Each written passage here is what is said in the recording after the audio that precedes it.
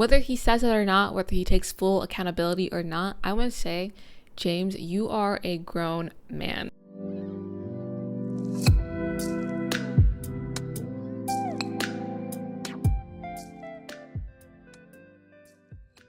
When is it going to be time to stop giving James Charles so many second chances? Hey guys, I'm Tati. Welcome to Tati's Media, where I get to inform you and share my perspectives on basically anything I want, but it's typically things that you guys see in the media. And today's video, we'll be talking about James Charles and yet again, another controversy. I want to preface this video by saying that I don't want this video to overshadow what Kayla is going through. She's going through a very unimaginable time with abuse, and I want to fully ensure that you guys understand that I am on her side and I support her. I won't be putting parts of Kayla's YouTube video about what she's endured these last 9 months with her relationship in this video, because I feel like when victims speak out about what they've endured, it should be heard straight from them and not from other sources. So I highly encourage you guys to go and watch her video so you can hear her story and so she can get everything correct and all the details, because I don't think I could properly convey what she's going through. I think it's better heard from her. So James Charles is yet again under fire for another controversy. But this isn't just controversy at this point, he's involved with a literal criminal. This controversy began when lifestyle and beauty influencer Kayla Malec broke up with her boyfriend Evan Johnson. This was a shock to everyone as their relationship was very public online. They both had very big platforms and they still do. On April 7th, 2025, Evan Johnson was arrested for domestic assault and for violating probation for other crimes he committed, I guess, in the past. The arrest followed public allegations made by Kayla, who uploaded a 2-part YouTube video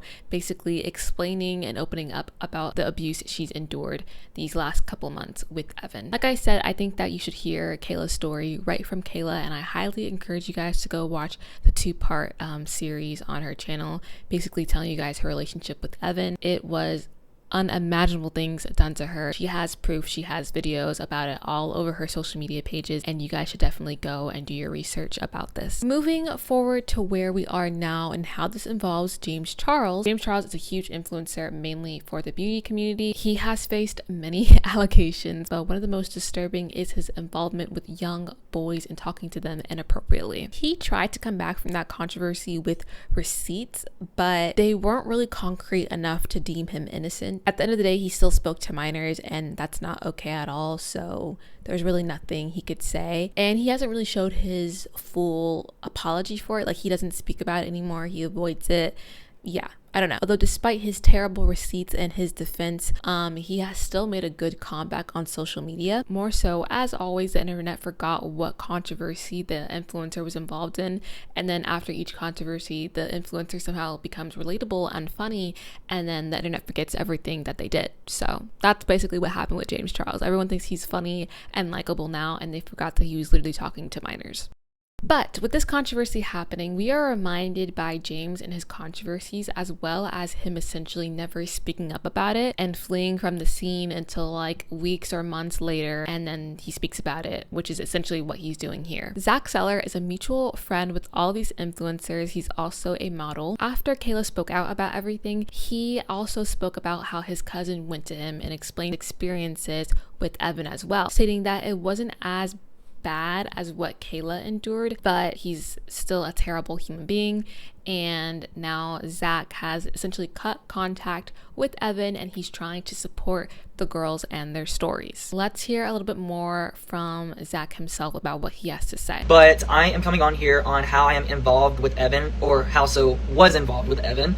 Evan and I have always known of each other because we grew up in the same town here in Tennessee. But he slid up on my Snapchat story and was like, hey bro, I really want to get into modeling. Can you help me out? I'm back in Tennessee for good, maybe going back to LA, not sure. Before all of this come about, I knew nothing about Evan and Kayla. I just knew that Evan and Kayla were in a relationship. He started slowly opening up to me and telling me that him and Kayla were on a break. That's the reason that he's back here in Tennessee, and that he's just working on himself, and that also Kayla's working on herself, which it's not any of my business, to be in their relationship. So I tried to not bring it up or, get involved in, their relationship. Not long after that, he started talking a lot about Kayla and was telling me like how abusive, Kayla was and all of this. So I started getting red flags right off the bat. And I was like, this guy's very cocky. So we started hanging out and he started posting me on his Snapchat quite a bit.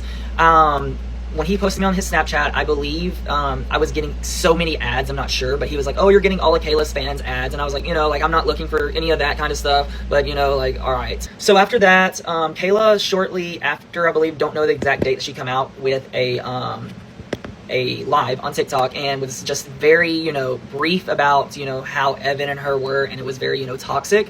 So after that, I asked Evan about, you know, some things, and he was like, oh, bro, she's lying, you know, it wasn't that bad, like, we were together 9+ months, and if that was the case, you know, she would have, like, already left me because I'm a nobody and all this. So I slowly started distancing, like, myself from him.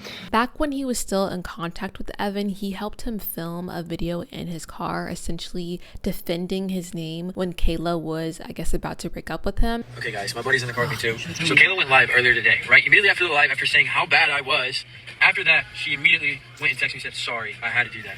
I'm texting another guy that's a big influencer, and he's like, she's literally doing that to get clout chasing.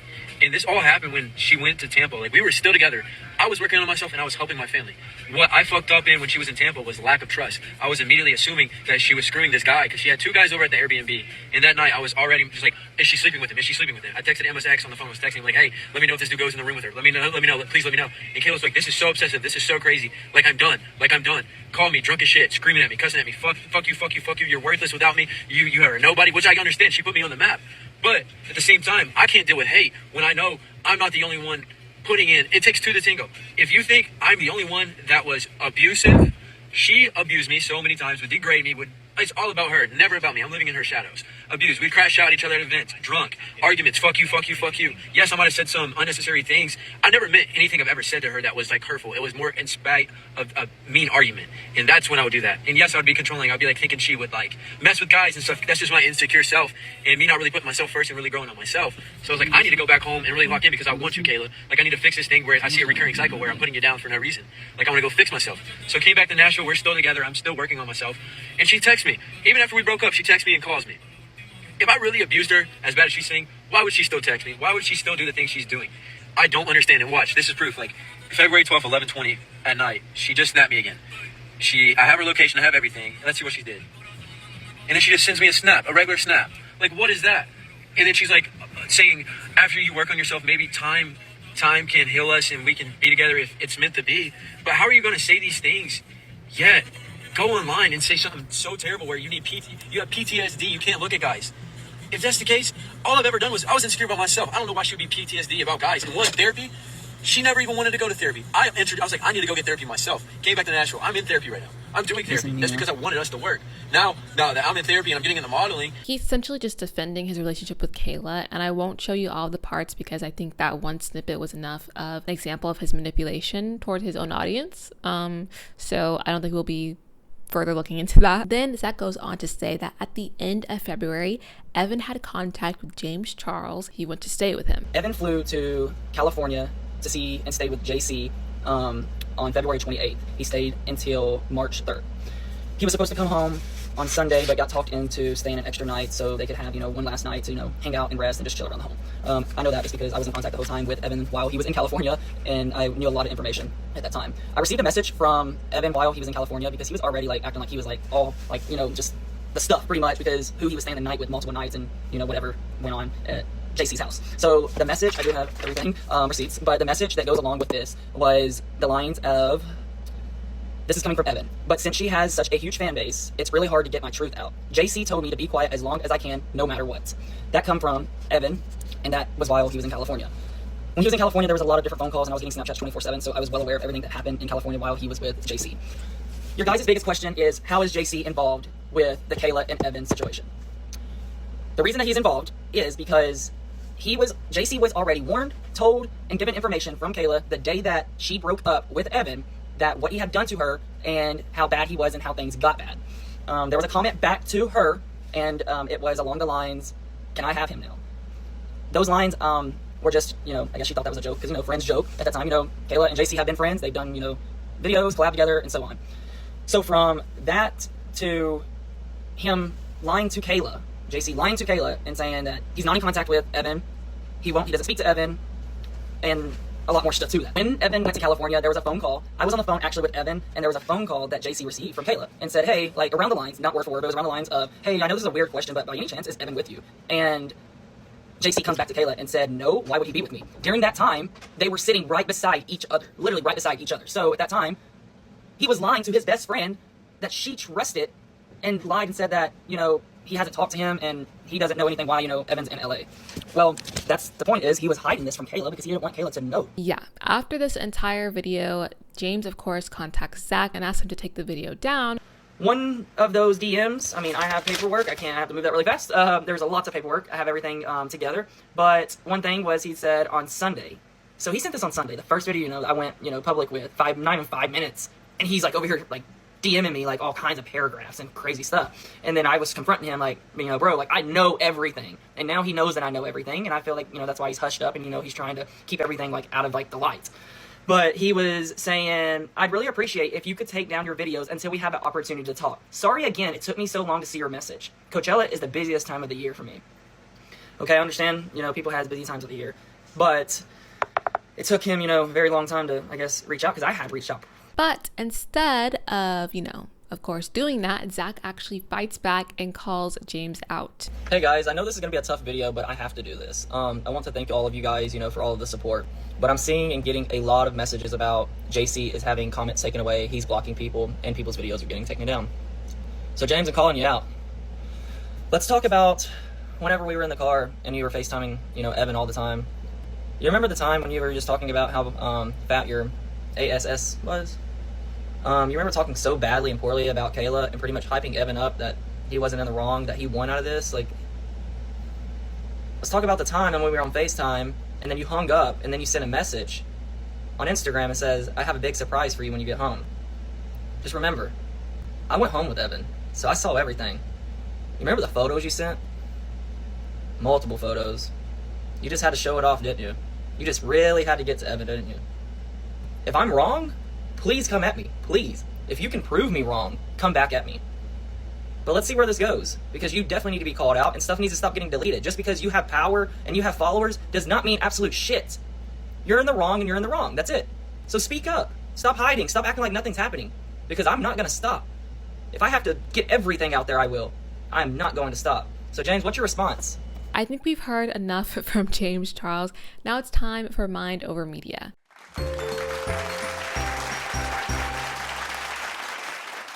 Welcome to Mind Over Media. This is part of the video where you get to hear from me and my perspectives on the controversy. First, I want to say that the way James handles controversy always feels very telling. He usually stays silent for a while and then he comes back with this most PR kept video and he explains and he defends himself and provides quote unquote receipts. With these videos where he addresses controversy, there's a point he pushes where it's, oh, I didn't know, or I wasn't aware, and this person told me something different than what everyone else was saying. With that being said, this is just a prediction from me, but if I truly know the James Charles method of confronting controversy, I feel like if he addresses this, he may not, but if he does, I feel like he's going to say something along the lines of, I wasn't fully aware of how bad the situation was, because he was friends with all of them. And so he's going to be like, I don't trust the internet for anything. And I believe what my friends say. And I didn't know how bad it was. You know what I mean? That's what I predict he's going to essentially say, because that's basically what he always says, is that somehow he's always